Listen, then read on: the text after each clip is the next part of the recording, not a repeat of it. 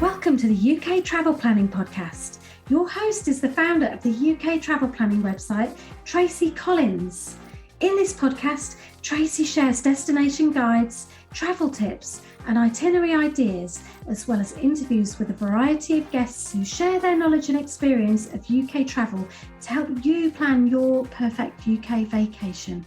Join us as we explore the UK from cosmopolitan cities to quaint villages, from historic castles to beautiful islands, and from the picturesque countryside to seaside towns.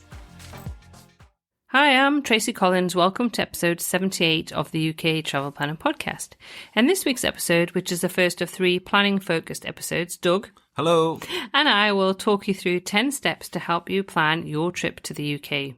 By the end of this episode, you will have a roadmap to your trip and know what steps to follow to put together your ideal UK holiday vacation.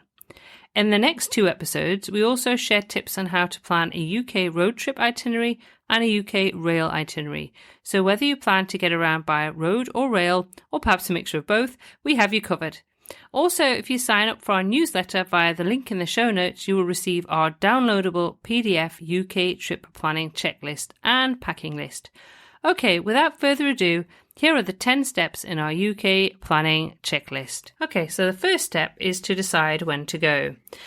I know for some of you, when to go might be fixed for various reasons, but if you're flexible, there are some factors to consider depending on the season. So, for example, in the summer, you get much longer days of daylight, which means that you can do far more. And obviously there are lots of fun things to do in the summer outdoors too.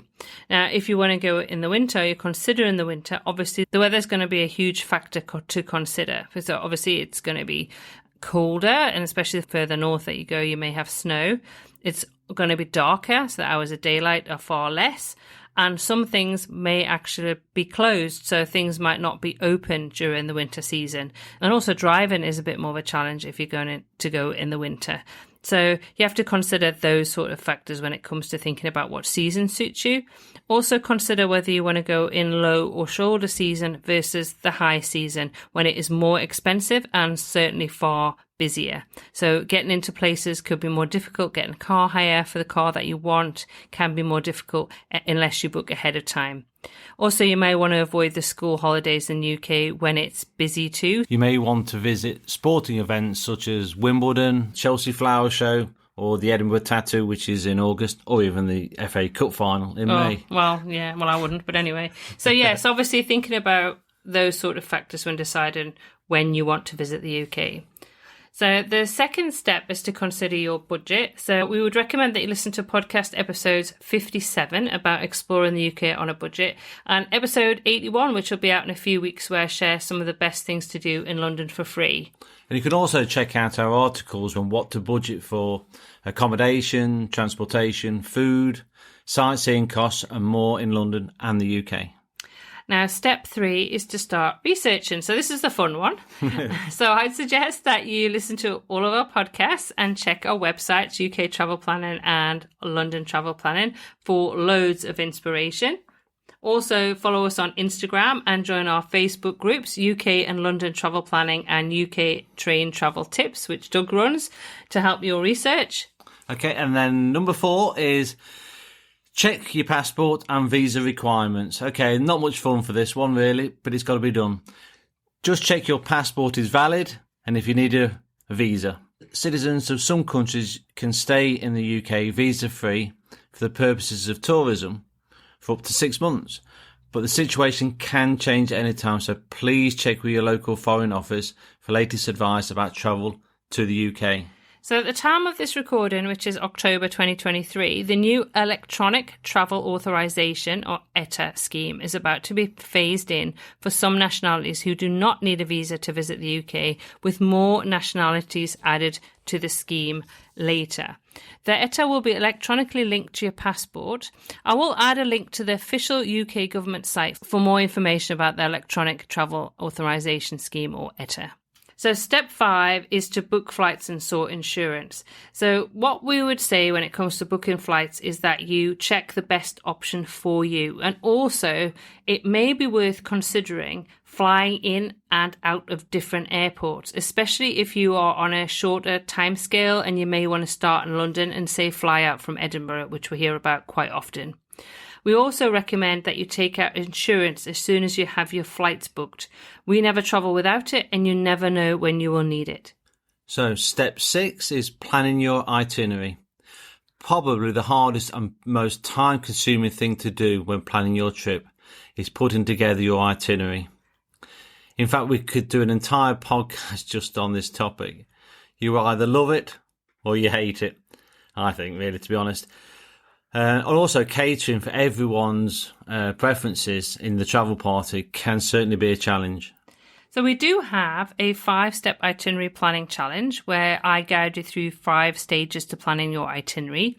And it also comes with a free planning booklet, which you can download to work through. I will link to that in the show notes, so pop over and sign up for the challenge. It's completely free. We also have extensive resources on the websites to help you plan your itinerary, including road trip and rail itineraries. Yeah, and our Guide to UK Train Travel ebook is available to purchase. This includes 10 done-for-you UK rail itineraries. Again, we will link to the ebook in this episode show notes.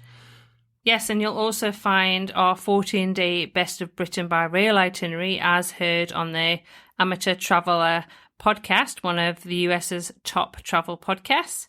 And we also offer an itinerary consultation service. So we will help you look through your itinerary. So we do ask that you put together a draft itinerary, and then you can consult with myself and Doug, and we will chat through your itinerary, make suggestions and tweaks that will help you to make the most of your time in the UK. And Doug, you look at the trains, don't you? Yes, I do. I sort of focus on the trains. I've got a lot of experience behind me for that. So yeah. So if you're a bit stuck or you get your itinerary together and you think, oh, I could do with some advice, because obviously there's so many places that you can visit in the UK, so many places just in London. So you might be sitting and thinking, oh, I don't know if this works, or what could I do to make this itinerary better? Our itinerary review service is a great way to help you with that, and we've had some fantastic reviews of that.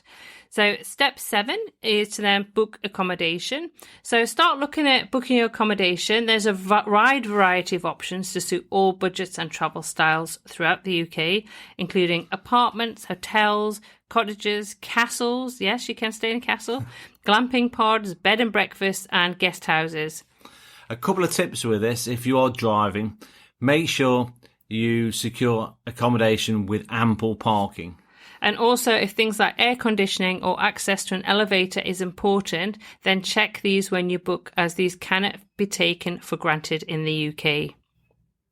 So step number 8 is to book your transport. So if you're planning to hire a car, make sure you book this well in advance, especially if you want an automatic transmission. Also, don't forget to take the Tripiamo course if you're from North America to help you to prepare to drive in the UK. There's more information in the show notes about this excellent resource. And for train travel, check our articles about saving money on UK rail travel in terms of tickets and types of passes available. We have an entire section about this, as well as numerous podcasts about travelling by train.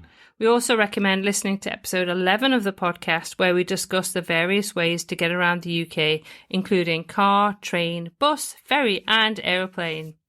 So step number 9 is to book tours, attractions and experiences. Check our guides on the UK Travel Planning and London Travel Planning websites, which provide guidance on how far in advance to book certain experiences. I can't stress this point enough. We sadly often hear that people have missed out on things like the Jacobite train, Harry Potter Studios, even the Sky Garden in London, because they'd not researched enough about when to book. Once you know what you want to do and see, we recommend writing a list with the matching relevant information of when you need to book, especially visiting during busy periods. Yep, absolutely. Step 10 is to prepare for departure. So this is the exciting point. Yeah, it is, yeah. So there's lots to consider in the run up to your trip. So in the weeks before, make sure that you have your paperwork in order, for example, your driving license.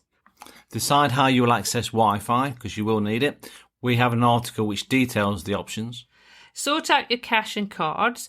P.S. Don't forget to share your travel dates with your bank. We also have an article about this because we often get people saying that you will not need any cash when you're in the UK. We don't agree with that, and we believe that you should have some cash with you because you never know when you may need it.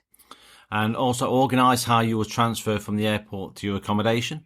Again, we have articles about how to get from Heathrow, how to get from Gatwick, and get into London with various options that you can choose from. And start packing using our packing list, which you will have received when you signed up for our newsletter. Yep. And make sure that you double check the UK weather in case you need to make some last minute packing changes, because one thing that is predictable about the UK weather is that it is unpredictable. So lastly, have a great trip. Yeah, we would like to wish you a fantastic trip.